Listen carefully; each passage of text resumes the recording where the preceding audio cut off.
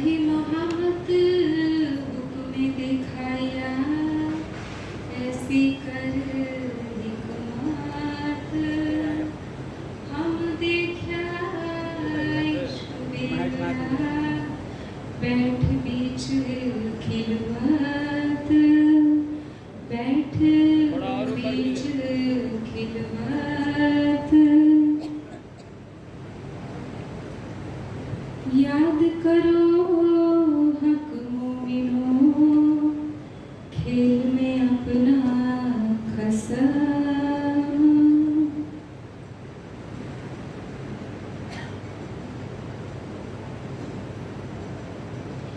प्रणाम जी सुंदर साथ जी।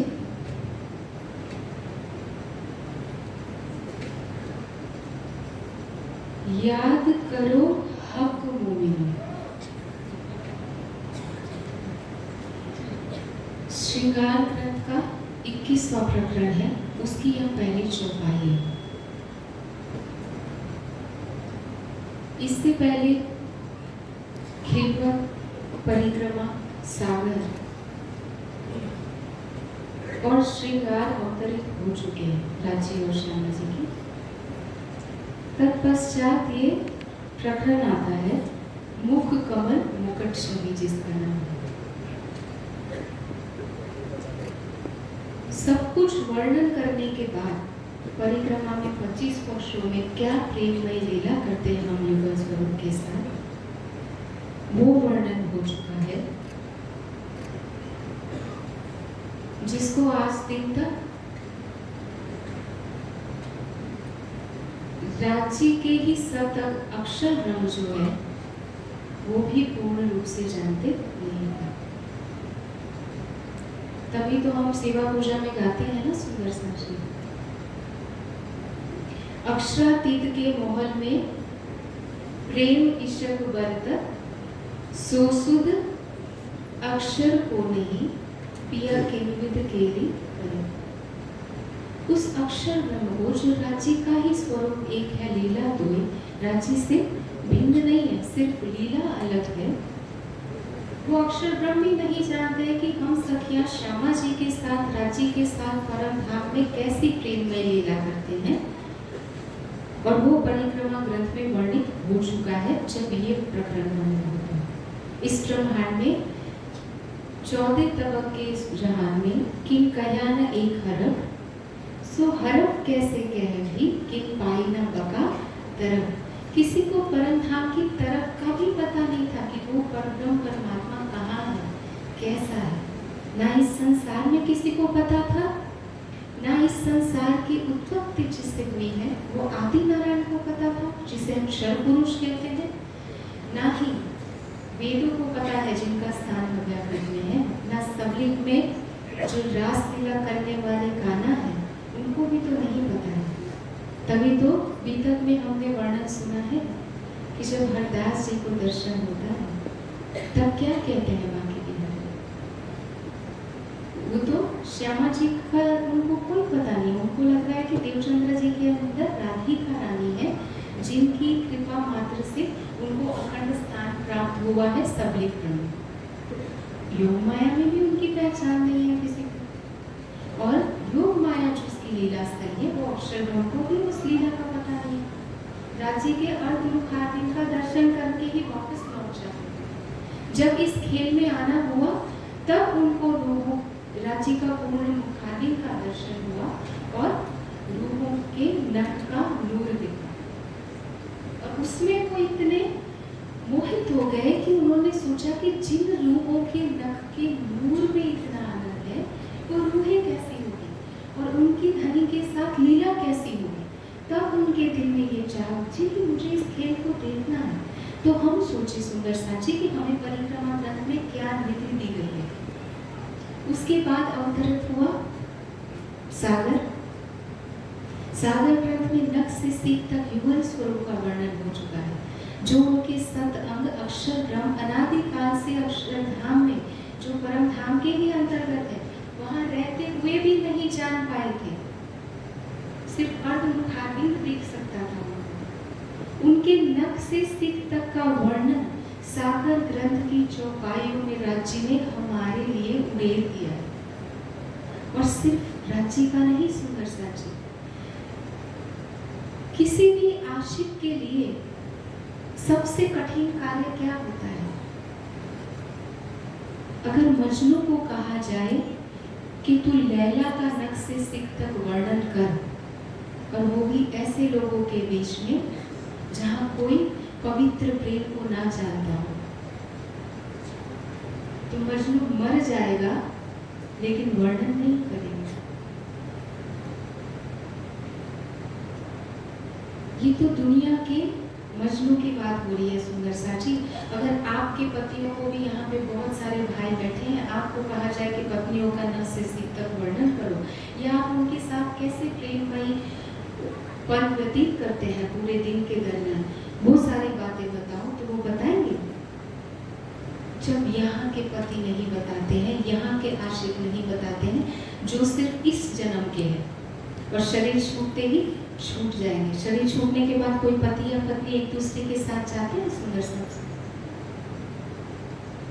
कहते तो है जन्मों जन्मों का रिश्ता है वो, लेकिन वो शब्दों में ही होता है। अगर जन्मों जन्मों का मान भी लिया जाए तो महाप्रलय के बाद कोई रहेगा साथ? और अभी तो स्थिति ऐसी है कलयुग में सुंदर साची कि शरीर रहते रहते ही तलाक हो जाता है, छूट जाते हैं, और फिर दूसरी शादी, जो कहते हैं कि हम आपके बिना कभी रह नहीं सकते, वो पत्नी के छोड़ते ही दूसरी शादी कर लेते, और पत्नियां भी यही करती हैं।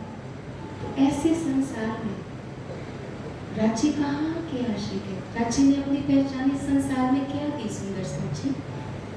रूह अल्लाह आशिक मेरा नाम। किसके आशिक है वो? हम ब्रह्म आत्माओं के आशिक है ना। परमधाम में है कोई और हमारे से? वो आशिक है हमारे, और उनको यहाँ इस संसार में श्यामा जी का नक्श से सिख तक का वर्णन करना पड़ रहा है। क्यों? क्योंकि हम ब्रह्मात्माएं आई हैं जो उनकी रूह है। रूह किससे कहते हैं सुंदर साची? मेरा यह शरीर है, इससे प्राण निकल जाए तो हम क्या कहते हैं? रूह निकलते ही इसका कोई अस्तित्व नहीं रहेगा, ना ये बोल पाएगा, ना देख पाएगा, ना सुन पाएगा, ना कुछ एहसास कर पाएगा। हम कहेंगे मर गया। रूह से ही इसका अस्तित्व है ना। वो सर्वशक्तिमान परमात्मा अक्षाति प्रियतम, जो सकल गुण निधान है, वो हमें रूह कह रहे हैं सुंदर साची। कभी हमने इस शब्द को भी विचारा कि उन्होंने रूह शब्द क्यों कहा है इस ब्रह्मांड में? अब सोचो, हम यहाँ पर बैठे हैं ना, अभी थोड़े समय के लिए हम परम धाम चलते हैं उस मूल मिलाने में। अभी वर्तमान में वहां क्या स्थिति है? राज्य जो सौंदर्य के सागर लिए हुए हैं, अनंत सौंदर्य के सागर, जिनके रोम रोम में क्रीड़ा कर रहे हैं, क्या उनके सौंदर्य को अभी कोई देख रहा है? देख रहा है सुंदर साची? हमारे और श्यामा जी के अतिरिक्त तो कोई नहीं देखता है उस सौंदर्य के सागर को। हम यहाँ पर आ गए हैं, हम सुरता से यहाँ पर आए हुए हैं, हमारी आत्मा यहाँ पे आ रही है, परात्मा तो वहां पे बैठी हुई है, लेकिन क्या वो देख पा रही है राज्य को? तो उस सौंदर्य का कोई सार्थकता रही? वो माधुर्यता के सागर लिए हुए हैं। हम कहते हैं ना, मीठी जुबा मीठे वचन, जाको नामे रस ना होसी कैसी मीठी है। जिनसे मीठा कोई है ही नहीं, जिनसे मीठा कोई बोलने वाला नहीं है, मीठी जुबा मीठे वचन, उनसे ज्यादा मीठी वाणी किसी की नहीं है, उनसे ज्यादा मीठे शब्द किसी के नहीं है, उनसे ज्यादा मिठास किसी के हृदय में हो नहीं सकती है। ऐसा प्रेम करने वाला प्रियतम अभी बात कर पा रहा है परम धाम में हमसे? कोई है उस माधुर्यता के सागर के, उस दिल से निकली हुई पुकार को सुनने वाला परम धाम में अभी है सुंदर साची? राजी ने वाणी में कहा, श्रृंगार किया सब दूल्हे, वस्त्र और भूखन, अब बखत हुआ देखन का, देखो खोल रोके मेरा। वो दूल्हे किस तरह सज के बैठे हैं, लेकिन अगर दूल्हा किसे कहा जाता है? जो दुल्हन को लेने के लिए जब आता है ना, घोड़ी पे सज सवर के मंडप में बैठा है, उसको दूल्हा कहा जाता है।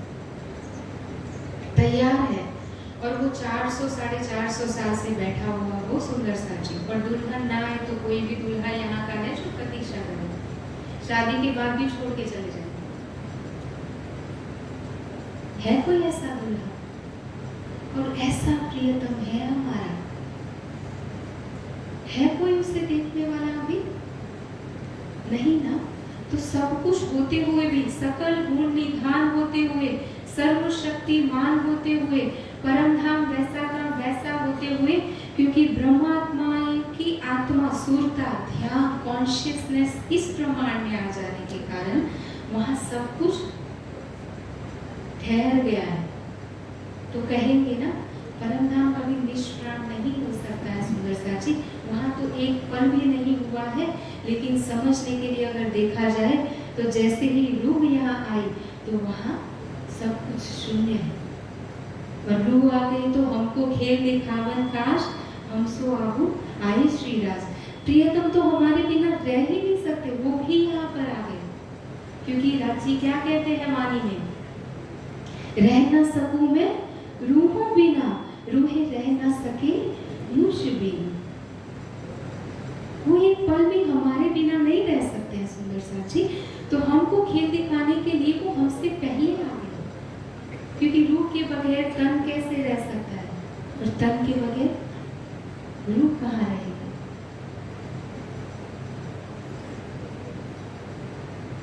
सुंदर सा जी सागर में रची ने उस श्यामा जी का वर्णन कर दिया, नख से सिर तक का। कैसी स्थिति हो रही होगी। वो जागृत ब्रह्म आत्मा के वचन को हम सुने ना, जो कल प्रकाश में कह रहे हैं, ये वचन कहता मारो जीव निकसे, मेरे प्राण शरीर से निकल जाए, और जो पीड़ा होगी उससे अनंत गुना ज्यादा पीड़ा मुझे इन वचनों को कहते हुए हो रही है। ये एक जागृत ब्रह्मात्मा की पुकार है। क्या कह रही है वो? ये वचन कैसे हैं? भारे वचन छे निर्धार, ये बहुत ही भारी वचन है। साथ करसी एक विचार, जो ना कहूँ सतनो सार, तो साथ के वो पहुंच से पार। अगर मैं इस सत्यवाणी को इस ब्रह्मांड में नहीं कहूंगी तो सुंदर सा कैसे वापस जाएगा? उनको याद दिलाने के लिए ही इस वाणी को मुझे इस संसार में कहना पड़ रहा है। नहीं तो ना कहवाय माया माहे आ वाणी, पण साथ माटे कहवाणी। हम सुंदर साथ के लिए ये वाणी के एक एक वचन को कहा गया है। इस संसार में कोई इसका पात्र नहीं है। सुंदर सा सोचो, जब जागृत ब्रह्मात्मा को श्यामा जी के नख से सिर तक का वर्णन करना पड़ा होगा इस नासूत ब्रह्मांड में, तो उसकी क्या स्थिति रही होगी? वो रची के दिल की क्या स्थिति होगी, जिन्होंने अपने सतंग को भी श्यामा जी को नहीं दिखाया, और यहाँ तक कि बदले आप देखावत प्यारी निस्बत रखे छिपाई। कभी आवश्यकता पड़ जाती है ना तो स्वयं दीदार दे देते हैं, लेकिन कभी श्यामा जी का और रूहों का दीदार नहीं करवाते हैं किसी को, ब्रह्मात्माओं के अलावा। तो सागर में नख से सिर तक का वर्णन हो चुका है, और श्रृंगार में तो वो भी बता दिया गया जो हम ब्रह्मात्माएं भी जागृत अवस्था में परम धाम में नहीं जानते थे। रूहें बेनियाज थी बीच वका 12,000, जाने ना हक अर्श की साहिबिया बेशुमार। जो हम परम धाम में नहीं जानते थे, अक्षर ब्रह्म नहीं, हम अष्टप्रहर 64 घड़ी अनादि काल से हमारे प्रियतम के साथ लीला करते हुए भी जिन भेदों को हम नहीं जान पाए थे, जिसके कारण कहा गया है वाणी में कि मैं हक रस में जुदा जानती, ल्यावती शब्द में वर्णन। मैं परम धाम में रांची को स्वयं से अलग जानते थे, भिन्न जानते थे। तभी तो हम सब ने रांची के साथ इश्क रबत किया ना सुंदर साची। नहीं तो प्रेम गलियाती साकड़ी तामे दो ना समाए। प्रेम में तो दो का अस्तित्व ही नहीं होता है। प्रेम तो तब होता है जब स्वयं का अस्तित्व ही समाप्त हो जाए। जब स्वयं का अस्तित्व समाप्त हो गया, एक प्रकार से स्वयं मर ही गए। ना हमारी कोई इच्छा है ना चाहना है, हमारी एक ही इच्छा है कि जिसे हम प्रेम करते हैं उसकी इच्छा क्या है, वो खुश कैसे रहे, उसको क्या चाहिए, मैं क्या बोलूं तो उसके मन को भाऊं, मैं क्या करूं तो वो आनंदित हो, मैं किस प्रकार से चलूं, मैं किस प्रकार से रहूं, मैं कैसी बन जाऊं कि उसके मन को भाऊं। मजनू को पूछो कि तुम्हारी फेवरेट डिश कौन सी है, क्या कहेगा सुंदर साची? हम तो कह देंगे कि चाय कॉफी नहीं छूटेगी, रांची भले छूट जाए, है ना, या मिर्च लहसुन प्याज नहीं छूटेगा, कहेंगे ना सुंदर साची? हमें ये सब प्यारा है रांची से भी अधिक। उस मजनू को पूछा जाए कि तुम्हें लैला से अधिक क्या प्यारा है इस ब्रह्मांड में? स्वामी जी हमें अनेक बार चर्चा में कहते हैं कि सुंदर साची रांची को अगर पाना है ना तो उनको अपने लिस्ट में, प्राथमिकता के लिस्ट में पहले नंबर पे रखो। पहले नंबर पे तो छोड़ो सुंदर साची, 100वें नंबर पे भी नहीं है। और मजनू को अगर पूछा जाए कि तुम्हारे लाइफ में पहले नंबर पर कौन है तो क्या कहेगा? बोलिए तो सुंदर साची, लैला। 100वें नंबर पे कौन है? कौन है? किसका नाम लेगा? लैला। और 1000वें नंबर पे कौन है? लैला के सिवाय है कोई उसकी जिंदगी में? और हमें तो कहा जाता है कि आप बाद में नंबर दे दो, पहला नंबर सरकार जी को दो, और हम वो भी नहीं कर पाते हैं सुंदर साची। देखो जीव तणिए रीत, नव छोड़े अंधेर नी प्रीत, धनी अमारो अक्षराती, अमे तोहे ना समझया पतीत।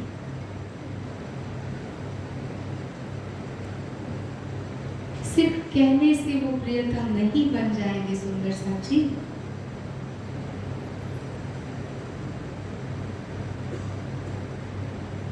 हमने तो अपनी अलग चाहनाएं खड़ी की हुई है इस संसार में आते हुए, और जब लग भूली नींद में तब लग नाही होश। जब तक भूले हुए थे तब तो ठीक है, जब जागी हकीम में रांची ने ऐसे वचन दे दिए हैं हमें जो हमें परम धाम में भी सुधी नहीं थी, और जान भी रहे, हम समझ भी रहे, तो 133 भाषाओं में टीकाओं में भी आ गए हैं रांची।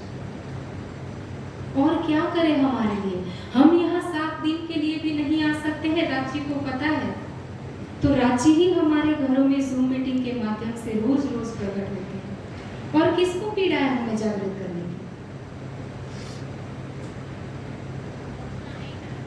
वही तो है जो हमारे दिल में, हमारे घर में अलग अलग माध्यम से आ जाता है।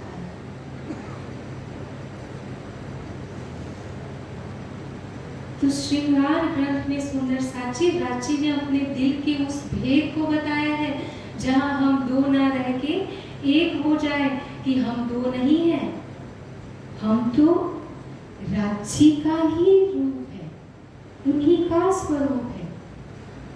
हमें, श्यामा जी में, रांची में कोई भेद ही नहीं है, हम एक ही है। जो हम परम धाम में नहीं जानते थे वो जानने के लिए रांची ने हमें इस खेल में भेजा। और अब हमारी क्या स्थिति है सुंदर साची? हम परम धाम में ब्रह्मात्माएं तो एक थी ना, हम सब तो एक थे ना, और यहाँ पर सबको पता है। अब सोचो सुंदर साची, श्रृंगार में सब कुछ बताने के बाद ये कुछ अंतिम के प्रकरण है, उसमें रांची कह रहे हैं, सब कुछ कहने के बाद अब क्या कहा जा रहा है? याद करो हक मोमिनो, हे ब्रह्मात्माओं अपने हक को याद करो। कैसे याद करना है? क्योंकि और क्यों याद करना है? सबसे पहले क्योंकि हमारी तो बुद्धि माया की हो गई है ना सुंदर सा जी, और माया की बुद्धि सबसे पहले सोचती है कि हमें क्या मिलेगा, तब जाके हमें कुछ करना। रांची को याद क्यों करना है सुंदर सा जी? क्योंकि रांची ने कहा जब तुम भूले मुझको तब इश्क गया भुलाए। जब तुम मुझे भूल गए तो इश्क को भी भूल गए, और जब तक इश्क नहीं आएगा तब तक रांची का दीदार नहीं हो सकता। लाओ प्यार करो दीदार, और जब तक रांची का दीदार नहीं हो सकता है तब तक ये रोग क्यों ना मिटे, जो लो देखे ना मुख ब्रह्म। इसीलिए उनको देखना जरूरी है, इसीलिए उनको याद करना जरूरी है। सोचो ना सुंदर सा जी, कारण बताने पड़ रहे हैं उनको याद करने।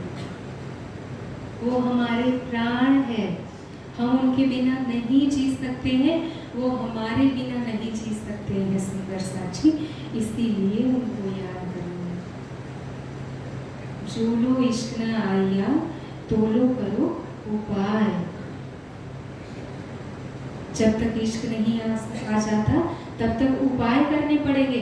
जब इश्क आ जाएगा तब तो जब ए इलम लो हो पाया, इश्क हो गया चौदे तब, और न देखे कछुए नजरो सब देखे इश्क हम, तब तो उसको सब कुछ इश्क में दिखाई देगा, सब जगह पे उसको रांची का हुक्म दिखाई देगा। जैसे मजनू को सब जगह पे लैला ही नजर आती है, उसी प्रकार से अगर कोई हमारा अपमान करेगा ना, फिर भी हमें पता चलेगा कि ये सब क्या है, मेरे रांची का हुक्म है मेरी परीक्षा लेने के लिए। अगर कोई हमारा सम्मान करेगा फिर भी हमें पता चलेगा ये मेरे रांची का हुक्म है जो मेरी परीक्षा ले रहा है, कि मेरे अंदर कहीं अहंकार तो नहीं आ रहा है कि ये मैंने किया, क्योंकि यही मैं खुद ही टले तो बाकी रहना खुदा। यही अहंकार तो हमारे और प्रियतम के बीच में पर्दा है, तो टीकना पड़ेगा ना। जैसे कुम्हार जब घड़ा बनाता है तो तुरंत तो नहीं आकृति बन जाती, उसको ठोकता रहता है, और अगर ठोकने से और अंदर से सहारा भी तो वही देता है, तो ठोकना तो पड़ेगा। आरस के पत्थर से अगर मूर्ति बनानी है तो कारीगर उसको ठोकेगा ना सुंदर सा जी। और बीतक पूरी वर्णन करती है कि किस प्रकार से ठोका जाएगा। लालदास जी को ठोका गया, चिंतामणि जी को ठोका गया, जयराम भाई कंसारा को ठोका गया, और मिहिराज जी को तो सोचिए सुंदर सा जी। मरु राजा का तपस्वी जीव है जिसका कोई कर्म का बंधन ही नहीं है, उस तन से लीला करवानी है तो 12 वर्ष की छोटी आयु में धनी श्री देवचंद्र जी के चरणों में आए। उसके बाद सदगुरु से लियो भाई का धामगमन, फूलबाई का त्याग और चोरी का इल्जाम, और सदगुरु के धामगमन के बाद जेल में बैठे। हम और आप अगर सच्चे हृदय से सेवा करें और हमारे ऊपर इल्जाम लगे तो सुंदर सा जी हम प्रण ले लेते हैं कि चाहे कुछ भी हो जाए हम पैर नहीं रखेंगे, हम सेवा छोड़ देते हैं, लेकिन अहंकार नहीं छोड़ते। यही तो परीक्षा है, हम सारी परीक्षाओं में अव्वल आते हैं 0 नंबर में। बुरी लगेगी मेरी बात सुंदर साची, लेकिन ये सत्य है ना। परमधाम में हमने वचन दिया है ना, एक तो राजी को कहा है कि हम आपको नहीं भूलेंगे, और दूसरा आपस में एक दूसरे को वचन दिया है जो तू भूले मुझको तो मैं तुझे भूलूंगा, और मैं भूलूं तो तू मुझे बताना। तो आज सांच कहना काम को ना रुचे तो भी कसम सत्य तो बताना पड़ेगा ना, और हम सब जानते हैं सत्य को। तो प्रियतम हमें बोल रहे हैं कि परिक्रमा, सागर, श्रृंगार, खिलवत की वो सारी बातें बता दी गई है जो इस संसार में नहीं जानते थे, ना परमधाम में कोई जानता था। और अब आपको क्या करना है इस वाणी को पाके? याद करो हक मोमिनो, मेरी ब्रह्मात्माओं उस प्रियतम को याद करो हर पल हर घड़ी, वाणी का सहारा लेकर। परिक्रमा में डूबो, सागर की चौपाइयों में डूबो, श्रृंगार के रस में डूबो, और उस प्रियतम को हर पल याद करो। कैसे याद करना है सुंदर साची? हम कहेंगे हर पल कैसे कर सकते हैं? हम तो जब ध्यान में बैठते हैं तब भी चरण कमल तो देखते देखते कितनी जगह पे पहुंच जाते हैं, तो 24 घंटे कैसे रांची को याद करेंगे?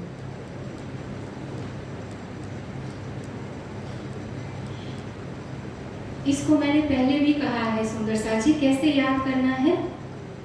जिस प्रकार से एक माँ होती है, उसके हृदय में बच्चे की पहली बार ही माँ बनती है, और उससे पहले तो बच्चे को जानती ही नहीं थी। जब बच्चे को जन्म दे देती है, उसके बाद उसका जीवन कौन बन जाता है? अब वो पूरा दिन सब काम करती है, लेकिन उसकी एक नजर कहाँ रहती है? बच्चे में। बच्चा अगर करवट भी लेगा ना, वो भाग के जाएगी उसके पास, जाती है ना? कैसे पता चलता है उसको? सब कुछ करते हुए उसका ध्यान कहाँ पे लगा हुआ है? सुरती उसकी बच्चे में रहती है। पूरा दिन काम करके थकी हारी सो जाती है, इतनी थकी हुई है कि नगाड़े ढोल भी बज रहे ना, फिर भी उसकी नींद नहीं टूटेगी। लेकिन करवट पे बगल में सोया हुआ बच्चा अगर करवट भी लेगा ना, तो वो उठ जाती है। उठती है ना? हाँ तो बोल दीजिए सुंदर साची, कैसे 24 घंटे कैसे उस बच्चा, हमें पता है ना कि ये बच्चा तो पूर्व जन्म में कुछ लेनदार होगा हमारा, तो आया है और अपना खत्म करेगा और चला जाएगा, फिर भी नहीं छोड़ पाते ना, बोलते अरे जिम्मेदारी है मेरी, तो सारी जिम्मेदारी सारा कर्तव्य इस संसार के रिश्तों के लिए ही निभाएंगे क्या सुंदर साची? निभाइए, निभाने के लिए मना नहीं है, लेकिन अगर इस नश्वर संसार के कुछ वर्षों के रिश्तों के लिए, नश्वर रिश्तों के लिए इतना समर्पण, इतना त्याग जो जीव कर पाता है, क्या उस अखंड प्रियतम के लिए हमारा कोई कर्तव्य नहीं है? जो इतने सालों से नजर से ना काटे मुझे, हमें एक पल के लिए भी नजरों से अलग नहीं करता है, जो कहता है कि अब दुख आवे तुमको तहाँ आड़ा दे मेरा, हमें जब जब दुख आता है तो वो अपने अंगों को आड़ा देता है, हमें सहारा देता है। नींदे गोते दिए सुध बिना, ए जो सुपन के तन तिनको भी हके ना छोड़िया, सिर पर रहे रात दिन वो हमारे सिर पर खड़ा है सुंदर साची, चाहे नींद में हम कितने भी गोते खाएं। तो क्या उस प्रियतम के प्रति हमारा कोई संबंध नहीं, कोई लक्ष्य नहीं है, कोई कर्तव्य नहीं है, कोई पीड़ा नहीं है क्या सुंदर साची? सब कुछ जानने के बाद भी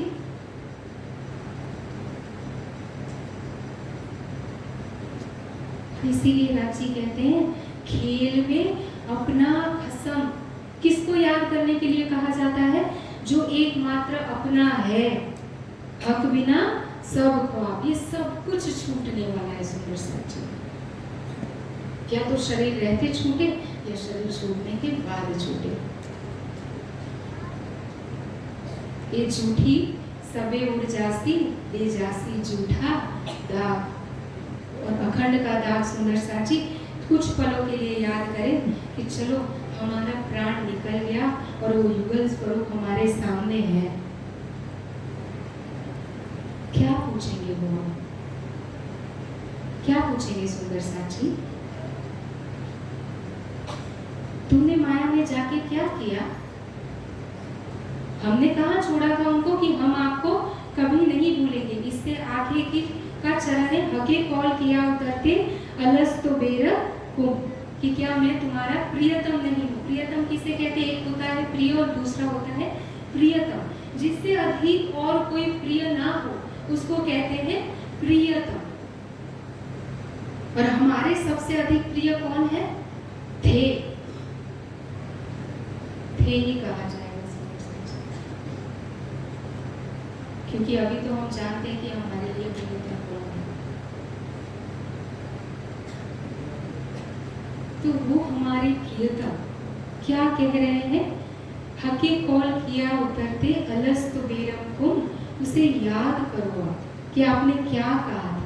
जब मैंने आपको कहा कि क्या मैं आपका प्रियतम नहीं हूँ, तो आपने मुझे कहा था, तब रूहो वले कहा बीच हक खिलवर, मजबूर किया हके तुम सो हम जीव भूलो न्याय।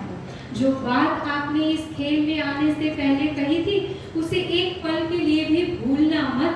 आपने क्या कहा था मुझसे?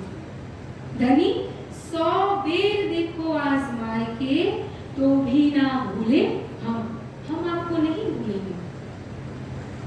और इस संसार में हमारी कैसी स्थिति है सुंदर साची? धनी याद देते अखंड गर सुख, तो भी लग्यो ना, तो भी छोड़ो ना जाए लग्यो जो विमुख। ये जो रस लगा है ना इस माया का, वो हमसे छूट नहीं रहा। अमृत ढोली ने विश्व पी, अमृत रूपी प्रेम की वाणी और प्रियतम के चरण कमल हमें नहीं चाहिए। हमें तो क्या चाहिए? ये विश्व रूपी माया। राची ने कैसे प्रीत निभाई? कौड़ी ते हाथ की परी करी ने दीदू छे हाथ रत्न। कौड़ी जो होती है, जो जिसको स्टीप कहते हैं, जिसका कोई दाम ही नहीं है, मोल ही नहीं है, ऐसी इस माया को दूर करके हमें रत्नों के समान वाणी को दिया है। और हम क्या कर रहे हैं सुंदर साची? धाम धनी को छोड़ के संसार सो पीदो ने। हमने किससे अपना संबंध निभाया? संसार से। और इसीलिए प्रियतम कहते हैं सुंदर साची, एक बात हमेशा याद रखना, जब कुछ भी करो ना, ध्यान में बैठने से पहले, वाणी मंथन करने से पहले, जब आंखें खुले और आंखें बंद हो ना, हर पल अपने आप को याद दिलाना कि ये प्राण कभी भी छूट सकते हैं। जब छूटेंगे और राची सामने होंगे तो वो हमें क्या बोलेंगे? तूने कितने भी आत्मा को जागृत किया, तूने कितने पाठ पढ़े, तूने कितनी चौपाइयाँ याद की, तूने कितने वागा वस्त्र चढ़ाए मुझे, कितनी बार भोग आरती परिक्रमा की, कितने सोने के सिंहासन सजाए, कितनी बार मेरे सामने मत्था टेका। ये सब पूछेंगे या सिर्फ इतना पूछेंगे सुंदर साची कि तूने मुझे प्रेम से कितनी बार पुकारा, जिस भाव से तू मुझे परम धाम में पुकारती थी, मेरी रूह बनकर तूने मुझे कितनी बार पुकारा। और उसी को कहते हैं सुंदर साची एक साध कर मोहे। वो हमारे प्रेम का भूखा है और हम प्रेम के अलावा बाकी सब कुछ कर रहे हैं सुंदर साची। अगर हम प्रियतम की याद में नहीं हैं तो हम सेवा कर रहे हैं तो वो प्रेम सेवा नहीं होगी। प्रेम सेवा किसे कहते हैं? प्रेम सेवा वाले प्रकट की थी व्रज तणियावा। व्रज में जो हमने किया ना सुंदर साची कि काम करता अति गणों पर खीन न छोड़े, जो कुछ भी करते थे हमारी स्फूर्ता, हमारी याद धनी के चरणों में रहती थी। उसी प्रकार से 24 घंटे चाहे हमारा तन कुछ भी करे, हमारी याद उस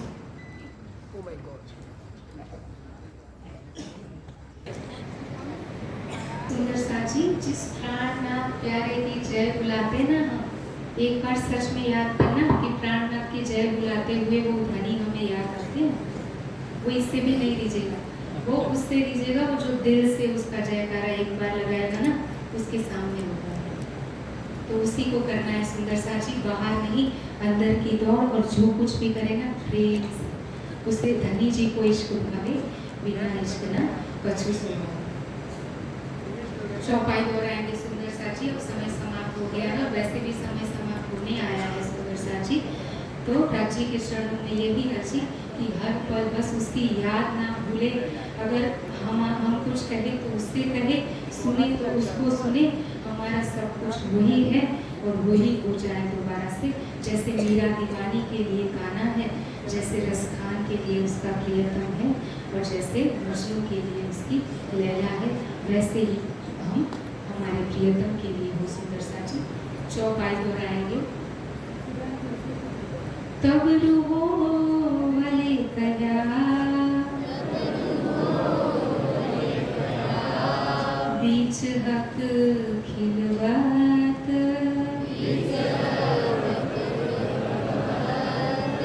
मजबूर किया हकी तुम सो, वह जिन भूलो